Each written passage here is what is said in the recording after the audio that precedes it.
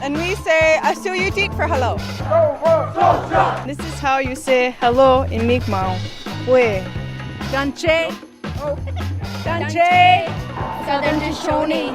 How you say hello in our language is Sagoli, or Sagoli Swagweke for everyone. How you say hello in Blackfoot is Ukki. We are from Cochiti Pueblo. Goite Hopa. Kolamalsi. Yep, that's how you say hello. Dante. Yeah, Dante. This is how you say hello in Ojibwe, Ani. This is how we say hello in Tansi. Saigon. Scano. Buju. Inu, and to say hello is Etili Hai. And how do you spell it? I have no sweet clue.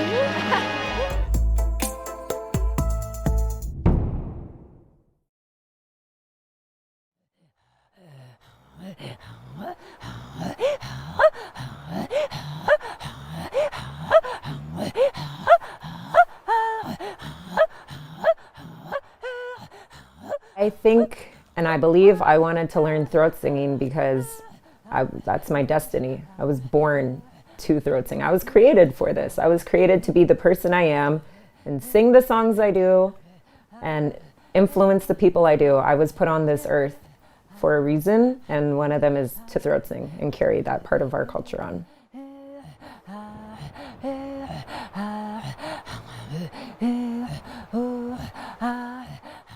Most people learn throat singing from someone who teaches them or a family member. I didn't have that, but what I did have, my mother, she took me to a concert when I was very young, and she bought a tape cassette, and I taught myself from that tape.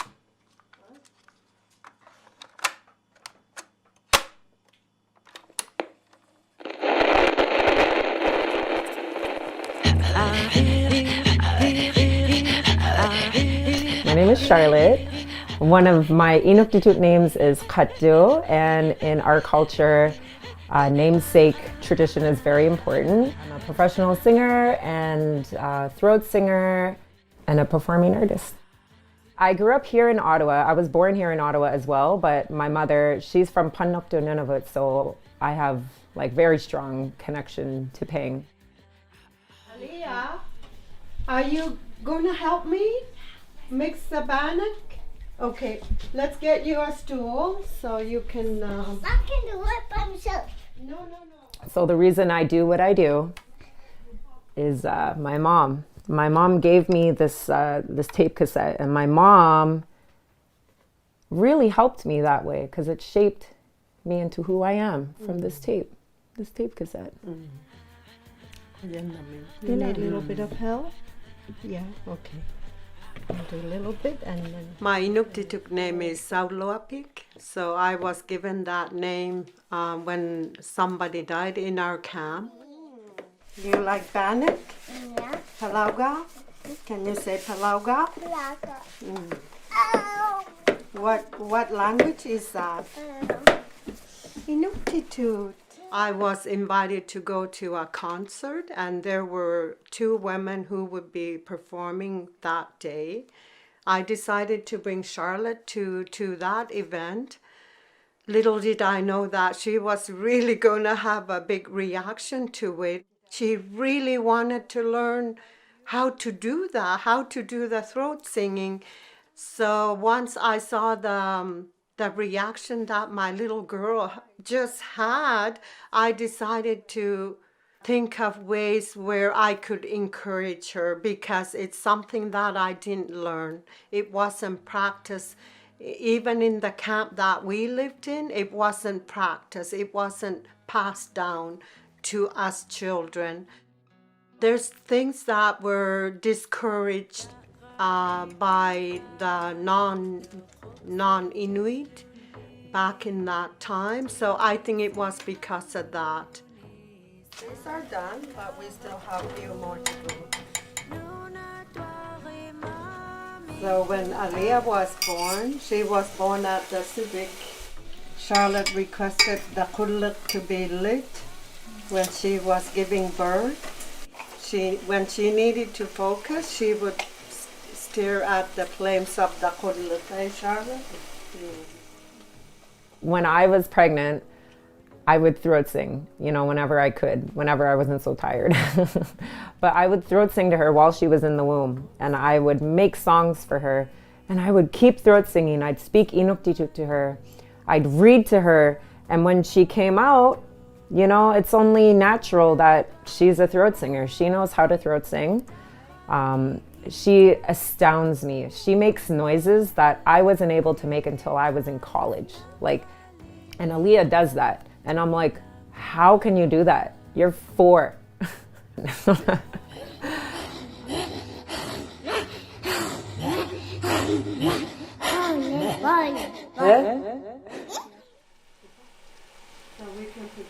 Aaliyah is my mom's mom. So my Ningyo, her name was Leah. And so when I knew I was having a girl, and then I was like, why don't I give her grandma's name, Aaliyah? And so my mom and her have a very special connection. Charlotte, palaw out the one. Aaliyah? Aaliyah is very special to all of us. She and I bonded ever since she was born. And it really helps me to remember to pass the traditions. Because I don't throat sing, we don't have that relationship that way, but Charlotte does. And I trust that Charlotte's going to keep the tradition going with her daughter. Throat singing imitates the things around us and the animals around us and stories, even like emotions. So there's throat songs from so long ago. There's a song about mosquitoes because there's lots of mosquitoes up north.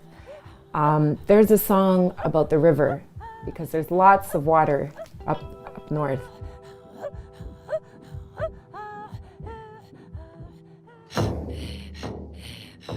There's a very special song on my album and it's called Panikuluk. And to translate that into English means sweet daughter.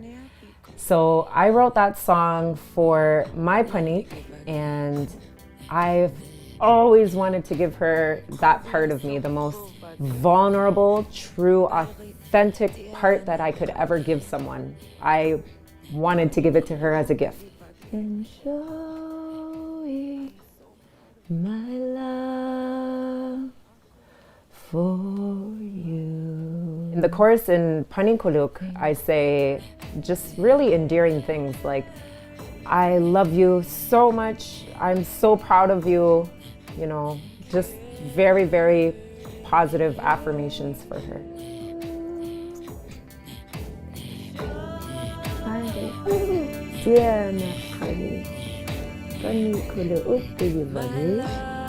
All of the songs are all very special to me on that album for different reasons, but that one, that's for my baby. That's her song.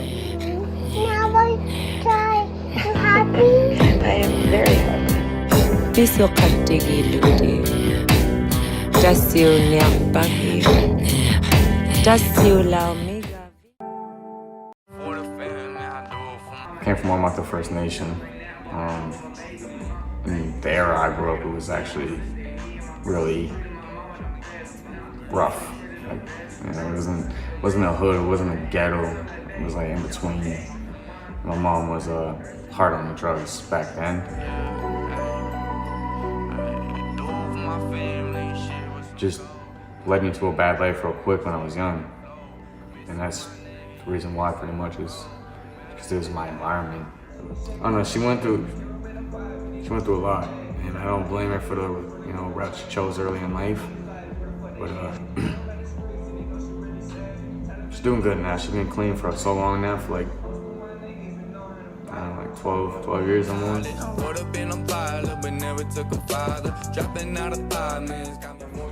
I kind of do my music thing on the side, but now I'm kind of like doing it full potentially now. But my plan, I want to be chief one day. I want to be the chief of this place. I want to change my community for it to be nothing like how I grew up for the youth. Our youth is our next generation, our future. And for them to have a better childhood, a better life in a community is how you're gonna build better people. You can't just repeat the cycle. It's a continuous cycle around you. It doesn't matter what people say. And to be honest with you, it breaks my heart.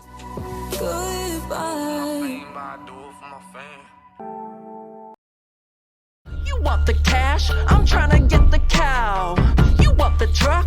I'm trying to get the plow. We need land, not hypothetical. Cause if we had a place, then we could reclaim the impeccable. Hi, my name is Jennifer Francis with CBC Indigenous. I'm from Kaktowish First Nation here on Treaty 4 territory. And with me is Lindsay Knight, also known as Equal. You want to introduce yourself a little? Who are you? Where are you from? What do you do? For sure. Yeah, I didn't know you were from CAC. That's cool. I'm Lindsay Knight, Nishigasun. I'm originally from Muscadet First Nation, which is just outside of Prince Albert, although I've lived most of my life in Saskatoon, so I'm super urban native. So I'm part Nehiyaw, which is my dad's side is Cree, and on my mom's side, I'm settler. My mom is Russian and Polish, so yeah, that's sort of who I am. That's my identity. But I identify with an Indigenous experience, and that sort of plays out throughout my music. And yeah, just how I live my life and how I raise my kids.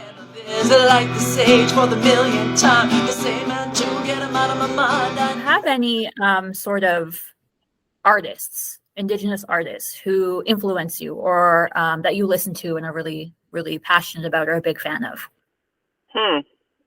Yeah, there's quite a few. I mean, like for Indigenous musicians, we're a community. Like there's a lot of peers. We have we consider each other like kin, and we try to uplift each other as much as we can.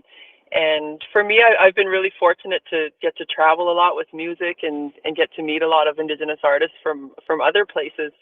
And right now, like there's so many, I wouldn't be able to list them all in this short time, but right now I'm really feeling Snotty Nose Rez Kids.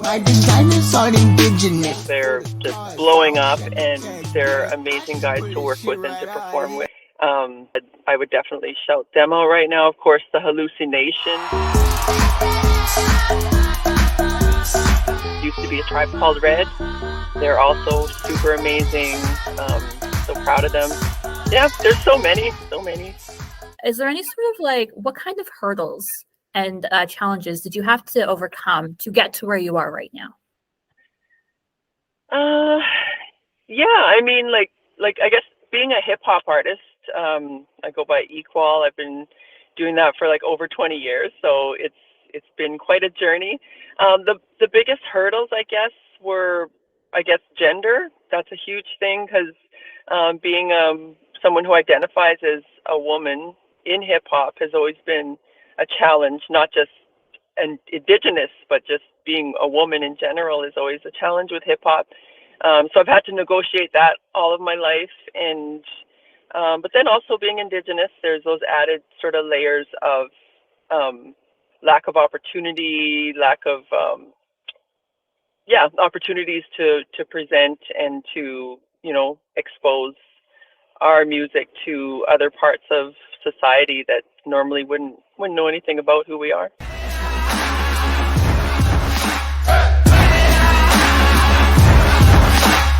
You said you make hip hop music. Is that sort of like the genre that you're super into? Yeah, definitely. Hip hop discovered me when I was a young teen, just, growing up in the 90s, and there was hip hop was definitely blowing up at that time, and yeah, it just hit me like as a young person, growing up in an urban space, just I could really relate to how hip hop gave the ability to tell a story over a beat, and it was just so relatable. And I always just thought it was going to be a thing that I would do and eventually, grow out of or whatever. But it never happened that way. I just kept going, and even to this day, next week I'm taking a trip to LA to perform. So I'm just really fortunate that this hip hop life and music has given me so many awesome opportunities. But I do just want to say that that being an Indigenous musician for me since the beginning, I've been lucky because I was born and raised in music. So my uncle is Chester Knight, my dad is Harvey Knight. Like, they've been in bands and been performing since before I was born.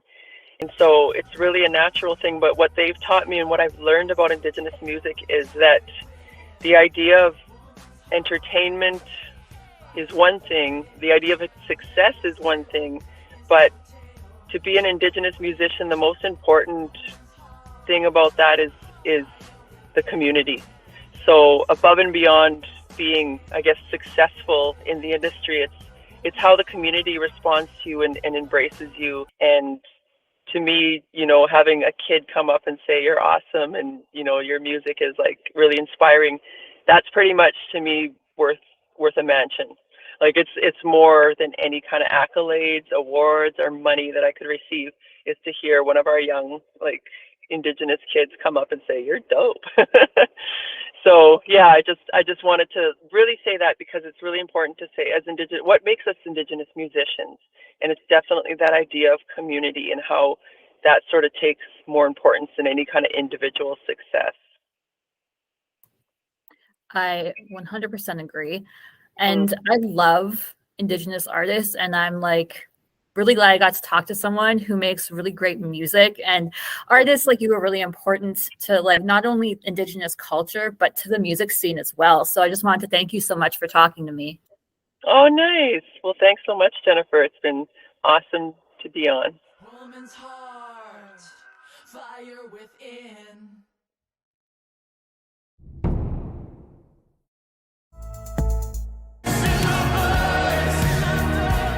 There's something happening in the music industry. You hear it at festivals, in the wave of Indigenous artists getting louder. With his Indigenous Music Festival and artist management work, Alan Greyeyes is part of that change. I prefer to refer to myself as a helper and not as much as a manager. And I think that's a big part of what we do on the Indigenous side of the music industry, is really figure out ways to best support the development of artists, but also the strengthening of their families. He's encouraged to see the wider industry recognizing the value in artists such as the Hallucination and others. They've really blazed a lot of trail. I love seeing what Jeremy Dutcher has done, what William Prince has done, and again, what they've been able to do is transition from discovery acts at music festivals to headliners who can sell tickets. Is that out anywhere? Let's start there. After being systematically shut out of spaces and opportunities, these artists founded Ishkade Records. It was just so painfully obvious that there was such a big gap in the Indigenous artists and the mainstream artists, even, you know, not even mainstream, non-Indigenous artists. Part of the challenge, they say, are non-Indigenous executives with narrow ideas for Indigenous music. I think that there are all of these sounds and all of these ideas that perhaps, you know, a major label doesn't know how to sell yet. And I just propose to all of us that there is more, and we all deserve to hear more. During my career, there's been times where there's been little to no exposure for Indigenous music. I come from the bottom, I'm still at the bottom, but baby, I'm dipping my toe. Indigenous rapper Dreezus remembers fighting for airplay and attention. He says with the success of groups like Snotty Nose Rez Kids, Indigenous labels and mainstream distributors are building bridges. The scene has definitely opened up, and I feel like it has given Indigenous youth and Indigenous artists a lot more confidence in themselves and in their art. As Indigenous artists take control of their own stories and songs. Eli Glassner, CBC News, Toronto. Now, the hip-hop genre may have emerged from Black male communities in New York, but several Indigenous artists here in Vancouver, including women, are finding power in the beats and the words that they say resonate with their musical and their oral traditions. Well, DJ Kukum is not just drawing on the joy of creating and performing for audiences, she's sharing stories and skills through workshops for young people. Thank you so much for coming in. Great to meet you. Yeah, thanks for having me. Okay, so let's talk about what are commonalities then between hip hop and Indigenous cultures. Where do you find that it crosses over? Well, I think that there are so many similarities in hip hop culture and just like Indigenous culture. The four elements of hip hop. Music, MC, graffiti, and dancing. Right. So that connects to our culture. Our voice. That's an MC.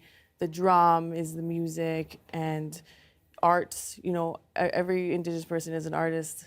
I feel like, and then dancing. Those are like, also four big elements in all Indigenous cultures across the world, even. So, in terms of themes, then, what do you write about what do you perform? What are some of the themes that come up?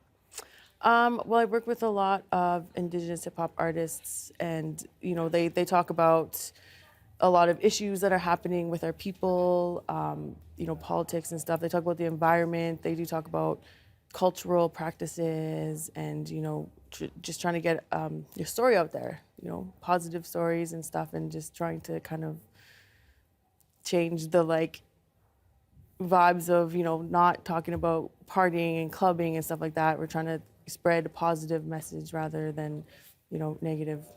Well, that's good to hear, because there are some negative stories in the history as well of First Nations people in this country. Do you find that that's important as well to relate those stories? Yeah, I think it's important to spread the awareness of that for sure. A lot of people don't really know. I feel like a lot of people question why a lot of people are protesting and stuff like that. So through music, it's definitely a tool to kind of spread that awareness. With all the, history of our people and the things happening now. How do you find the elders on the reserves or the elders in your community react to your performances and to your messages? Is it generational, I guess? Do they get it? Yeah, totally. It's really awesome. A lot of older people are just proud of us, and we do shows and we do see elders dancing and jamming out and stuff, and it's really, really good to see, because you just know they're proud of us, and that kind of motivates us more to keep doing it. And definitely and it's awesome. I play a lot of EDM trap stuff, but if I do an all ages event, I definitely will see the older aunties and stuff just dancing around, and they enjoy it as much as we do. Okay, awesome. so, but the young people already get it. Yeah. I mean, I mentioned in the introduction that you like to work with young people. Yeah. So what's your approach? What's your message with them? Well, I just want to let youth know that anything's possible. It's kind of cliche to say, but it's totally true. I grew up, living with a single mother. She had her own traumas and stuff, so I kind of can connect to youth in a lot of ways, and I work with youth and I do workshops, and I kind of just want them to know that anything is possible, basically, and be a resource for them and help them, be a mentor. I want to, we need more female Indigenous DJs for sure, so I want to, teach people and stuff. I didn't really have somebody to mentor me. I just taught myself everything, so and there was times where I was like, why won't anybody just tell me how this is supposed to, be done? So I kind of want to be that mentor for other people, so they have that, because I didn't, you know what I mean? And what kind of reaction do you get? Do you see that light coming on, particularly with the girls? Yeah, totally. I did a couple of workshops recently, and there's, some people are some kids aren't really interested, you can tell, but there's definitely a couple that message me on Instagram all the time, asking me questions and stuff, and they really want to get into it. So and it's really awesome to see. I'm so stoked, and I hope that I can soon get a studio so we can just practice all the time, because that's what it's going to take, right? You need your space. Yeah, you need your space. I need my own studio. So it's been fun to see you performing this weekend as part of the Junos, and there's lots of local acts. You were outdoors at the Vancouver Art Gallery this week for the Junos. What does it feel like to be up there on stage performing before a live audience? It feels awesome. It's amazing.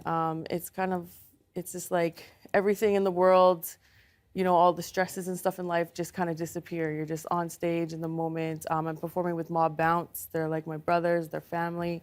So when we're up there, it's just we just forget everything in the world that's going on, and we're just in that moment, and it's really awesome. You're in the zone. Yeah. You're in the zone. Exactly. Thank you so much for coming by. It's so nice to meet you. Thank you for having me. Been learning and I wish you knew that we're not alone. I'm feeling stronger. Just take me higher. Fuel to my fire is a sky that's filled with colors. It really got me like in touch with like how I feel about like Indigenous and then like the issues that surround it and like our voices. Found that it really helped me get in touch with all that. I think Native representation like on screen is very important for like young Native Indigenous children to see that they can really become something. I found that it really pushed my boundaries. Like my confidence is boosted. I feel just more confident. I'm a young soul, just starting the journey. So many possibilities as part of the learning. I really wanted to participate in this because, you know, you don't usually see mixed natives or natives with, you know, blue eyes or super pale skin represented on TV or just anywhere. We all each had kind of our own thing we wanted to talk about, and then in the center of the song is They Fly, and it's, you know, we are all starting to have new opportunities. It helped a lot because I don't really have very many Native friends, so, you know, to like get to be with other Indigenous people that are not my family, you know, to kind of like learn more about Indigenous culture.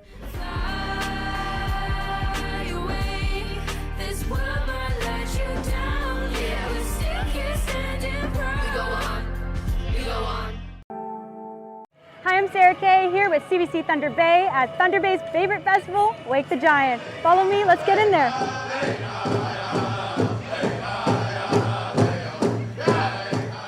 My name is Sapal Fiddler and I'm from Sandy Lake, Ontario. And how did you feel being up there today and dancing? Exhilarating. When dancing up there, it's an honor whenever they do come up to me and ask me, especially since this is my second year dancing. And it's always such a nice time to be dancing with the girls and being surrounded by such positive energy. My name is Harmony Fiddler. I'm from Sandy Lake, Ontario. From my understanding, you're new to the group. How does it feel to have such a support system like that? It feels like really good because like, well, I never like had any of this like growing up in my teenage years, and it feels really good to be a part of my culture. My name is Deborah Thomas and I'm from Port Southern. Melissa Tate from Sagoli. What does Wake the Giant mean to you? Wake the Giant, it's actually very important as a lot of DFC students have volunteered to help set this up, and it's a welcoming for us. My name is Kayla and I'm originally from Atikokan, but I am here now. All right, and I see you have a little one with you. Yes, she's hiding, but she's here. Yeah. What is the importance to you to bring your child to a festival like this? I think it's the most important thing we can do right now, especially in Thunder Bay.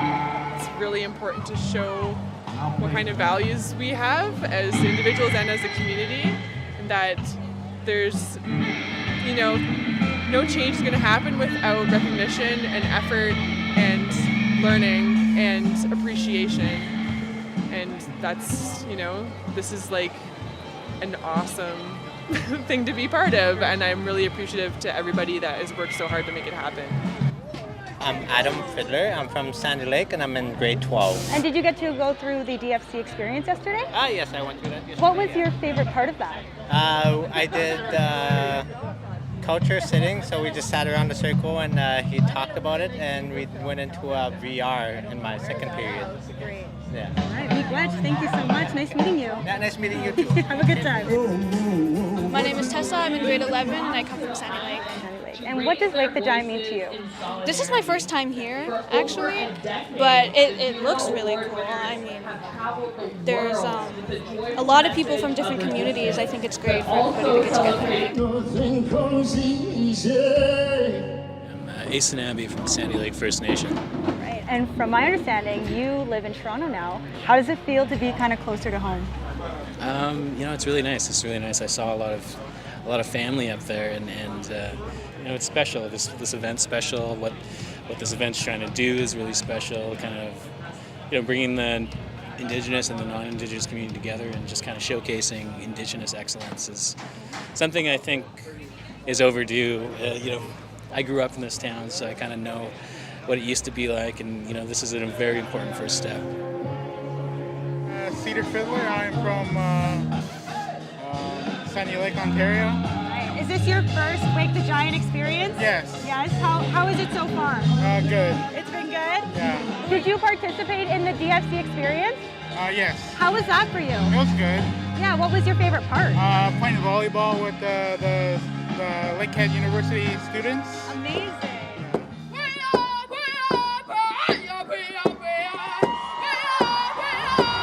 Noah Green,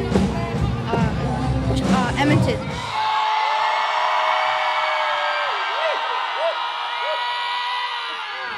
I was singing about to heal people and to help them heal and stuff, and then to make them happy. Yeah.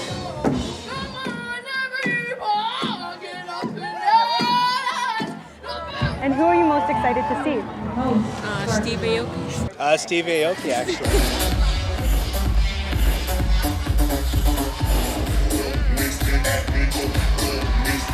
Alkai Beardy, from Satchel Lake. I feel great. I feel awesome. It made me feel at home. And I really love the energy that the city gave me. It has a very warm welcome to me.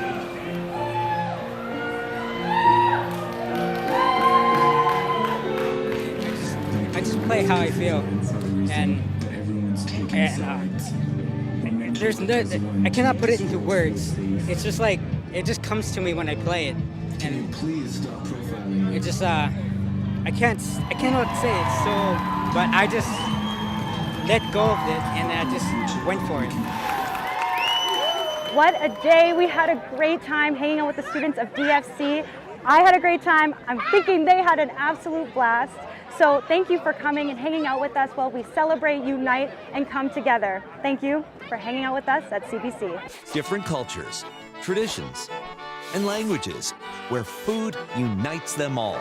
Celebrating our communities and families through recipes. Time to Eat, stream free on CBC Gem and CBC News Explore. Guys, I'm just fixing up the camera here. Nice full actions. It's gonna look great. It's a beautiful project. These kids are bright and creative and have some really thoughtful things to share in their song.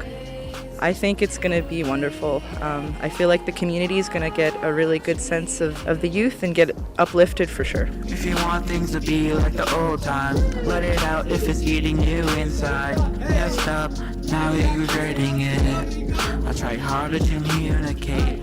Hi there, my name is Caden Carfrey, stage name Cade Jones. I'm out here in Sheshachish with the youth. I'm working with Norwegian Mobile Production Studio this week. We're working on a music video and as well as a song. Say sorry a million times. Nice job, guys. Great. We do mobile production studios where we travel to reserves here across Canada, teaching music skills and as well as lots of other life skills to youth. Nice movements in the back.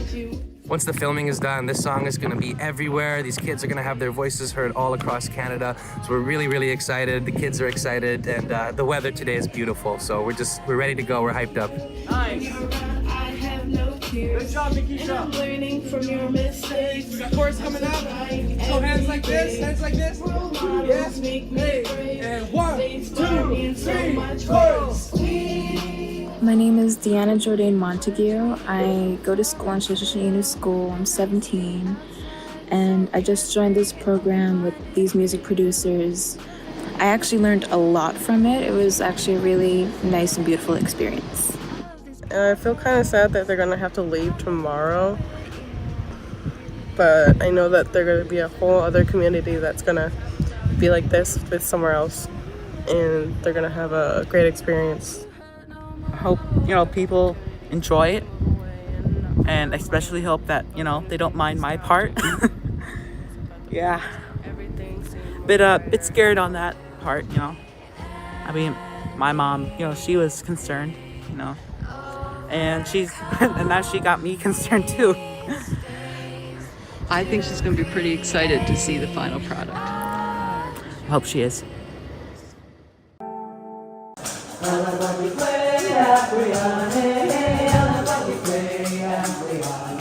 The project was brought together by Sapien, which is a world-class cymbal making company here in New Brunswick.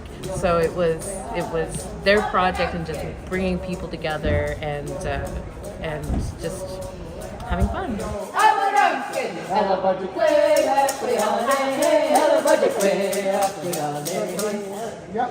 How many times do you want us to do it? Yeah, how many times? We can do it. You want to do 4 and then really fast? Well, he's stuck on 5 or 7. I'm a big Styx fan. I was a Styx fan since I was like 13 or 12. Anyways, Yeah. Pretty cool.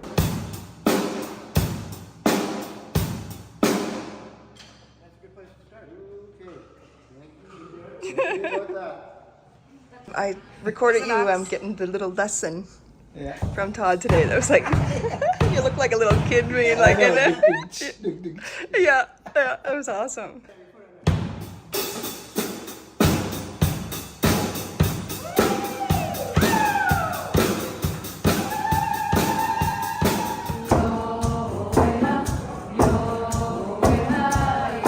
It was super invigorating to hear our song with more than just our hand drum. I mean, and I love that, but to hear like just the different elements, you got a grasp of the music really quickly, of like the intensity of the music, I guess, and the intention behind the music.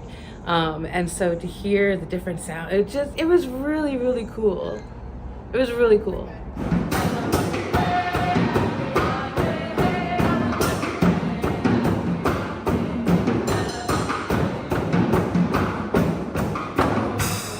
So we started off slow, and then he joined us, and then, as you know, it goes faster and faster. And man, he was like ripping it, and we were just like, we were rocking. Yeah. That place was just jumping. And then the girls stopped jumping, and you're like, no, we need to go another round. Faster.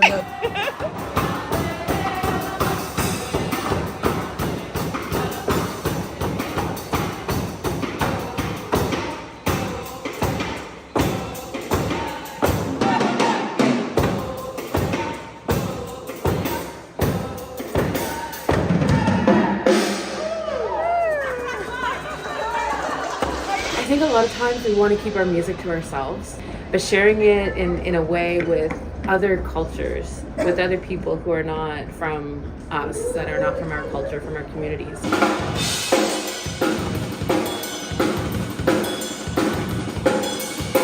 It's a way of reconciliation, I think. Yeah, to share with others, because some really cool things can come from it.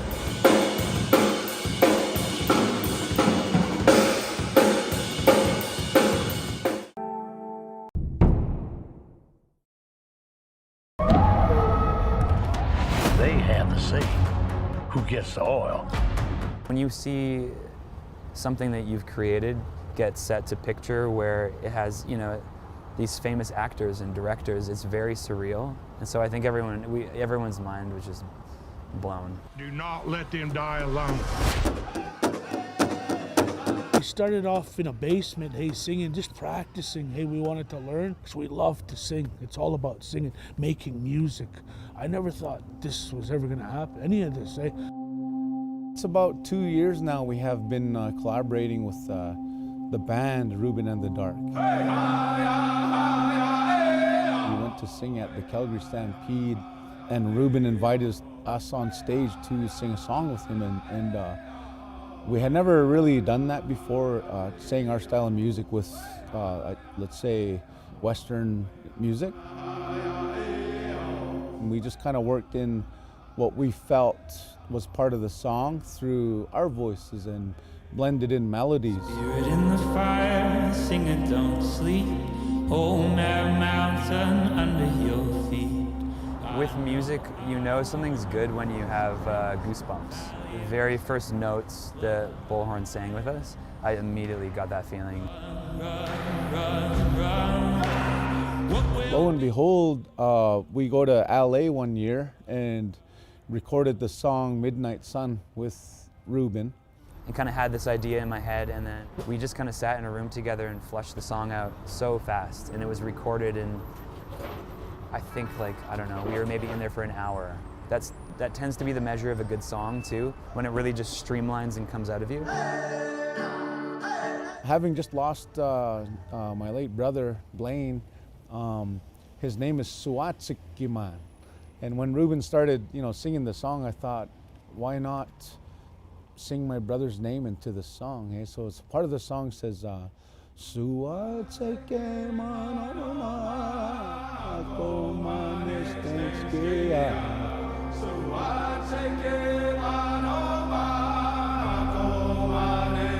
The moment he sang the lyric and the verse for the first time, I started just crying. I've never done that in a studio, ever. And I just, tears were just pouring down my face, and I had no idea what he was singing about. Eagle tail feathers will sing forever. Even though he's not here in the flesh, his name and that song through us will keep going. Come now, child, sharpen your teeth.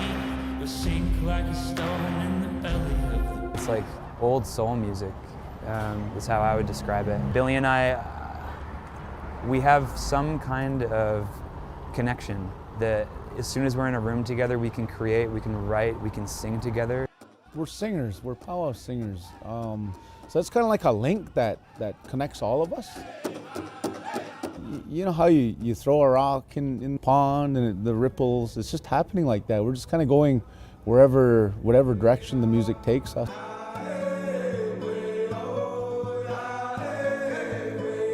We're all very humble in the group, even though we have really big dreams. So there's one side that's like, yeah, of course, we got the song in the movie because we're good at what we do. But then the other side is like, it's hard to comprehend that it's actually happening and those dreams are coming true.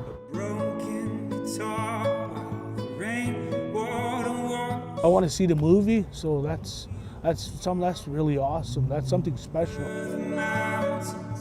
Under the stars we go, over the mountains and under the stars.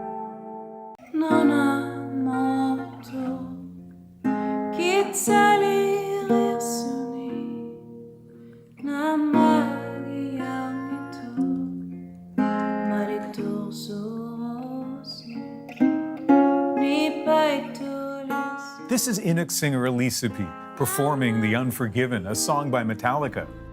Yep, that Metallica.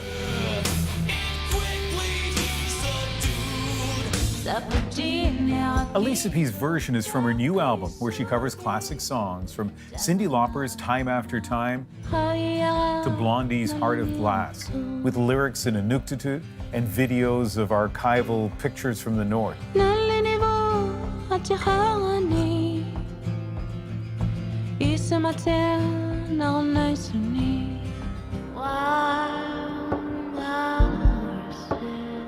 Elisapie says these songs are important to her and her Inuit community, as she explained to me when we chatted in Toronto's Glenn Gould studio. Okay.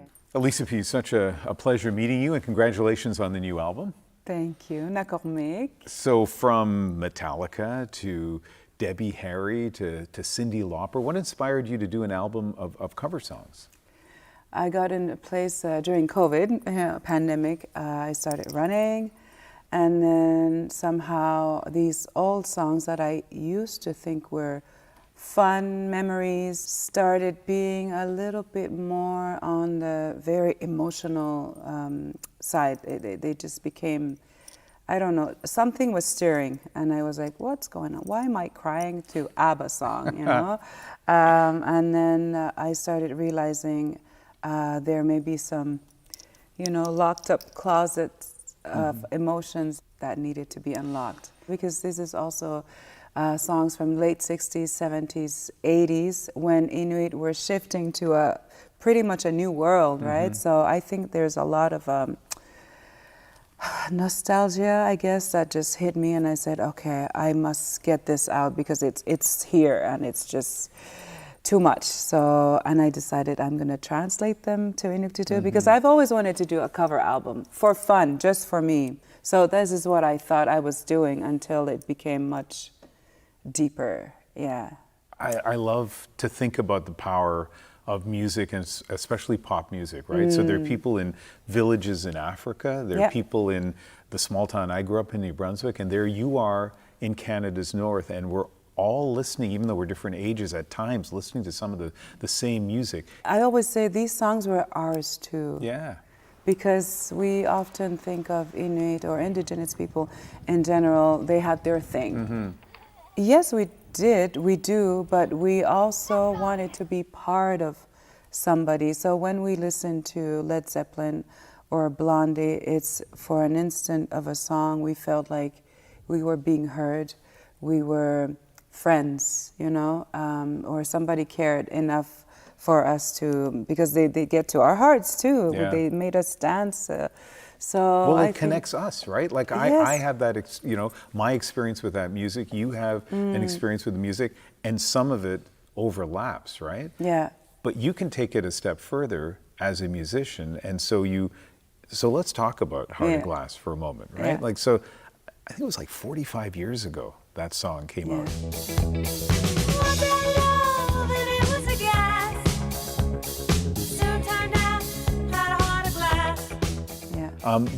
So you have a memory of it as a child, listening to it, but now you've reimagined it, right? It's a beautiful version.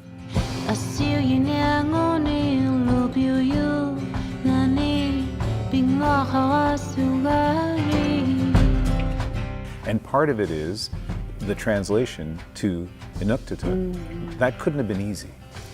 It wasn't easy. I think I wanted to make it so people can start to remember things maybe differently, not just, I remember my dad and I used to dance to this song.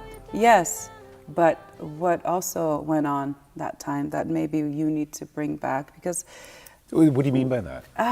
Because we need to heal, you know. I think music does accompany us through our healing journey a lot, during dramatic experiences, you know, being, of course, Inuit, being literally being told you have to change now the way you live, you know. So I think it's a lot of violent. It's very violent, you know, the things that we went through during these very dramatic changes. And you've talked about so much suicide that you almost have to become numb to it. Oh yeah.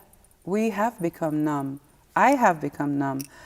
We lost so many cousins, too many of them. At one point when it's just too much, you start to just, sometimes you don't even cry anymore. Imagine. So I think when all these songs like Metallica started coming back in a whole new way for me, I started remembering and also acknowledging that these people, we shouldn't just forget them. So for me, it's not just the love for Metallica, it's also the idea that it's so beautiful is to say that Metallica was there for us when we weren't able to express a lot of things. They expressed it for us. So I think it's also a way to thank these artists, these musicians in a way, because they've been our, like I say, they've been our friends during all this time, so. Time After Time, the Cyndi Lauper song, which is a beautiful song, and your reimagining of it is beautiful as well. But tell us why you chose the video that you did for that. Time After Time, I think that era, these are people from home.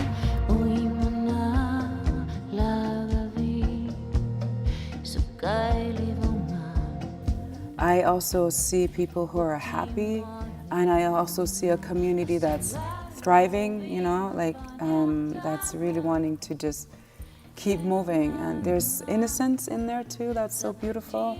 And also because Cyndi Lauper pretty much changed all the little girls everywhere, but in the North too. Wow. We wanted to be strong like her.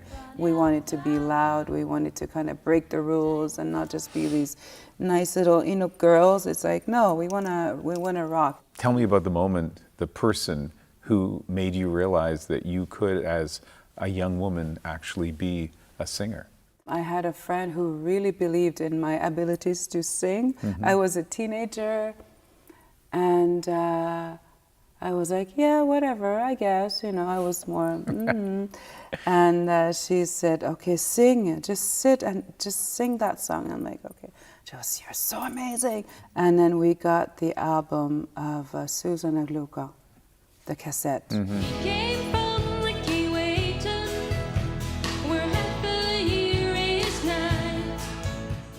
I'm like, what? Like, you can do that? It's like a lightning hit me. Wow. I had to like sit down and I'm like, okay, the news is you can be an Inuk girl and make an album and produce something like that. I want to ask you about something completely different just because, you know, we're sitting here and I'm curious. You're such a thoughtful person. This has been a summer of devastating wildfires, you know, everywhere in Canada, including in the north. And it's made a lot of us kind of worry about the impacts of climate change. And I'm just wondering for you, what have you been thinking? I have been thinking probably Inuit saw this coming because they've been witnessing since I'm young. So the hunters would kind of say, okay, that area is, the ice is melting very quickly, so be careful, saying this never happened before, and it's just often a lot of accidents also. It's very scary because this is not something that the nature deserves, you know, and the fact that it's really impacting even more the north. It's just so unfair, you know, because we are people, Indigenous people in general, Inuit people a lot, because we are taught to be very respectful to the nature, or else it's gonna make your life complicated. So we are the nature is the boss, and I think we could have maybe followed a few rules, or you know, how to go about respecting the land where we are. There's so much to learn, and I do think that listening to your music, even though I don't understand Inuktitut, and looking at the videos, like, it's going to have an impact. I want people to see beauty, you know, and beauty is not just always, oh, let's dance. Beauty is also crying and dancing at the same time. That's for me, and I think these songs belong to everybody. I just want it to be the most real, the way I was wanting to sing them, and to really bring in maybe the pains, but the love also, and the joy, and the space where I was brought up. I wanted all this to fit in a Blondie song or a Cyndi Lauper song. It's so fantastic talking to you, and it's been really terrific to get exposed to your work. So thank you very much. Nakomi, thank you for taking the time, and I'm very happy, pleased to meet you. No, yeah. Thank you, same here. Nakomi.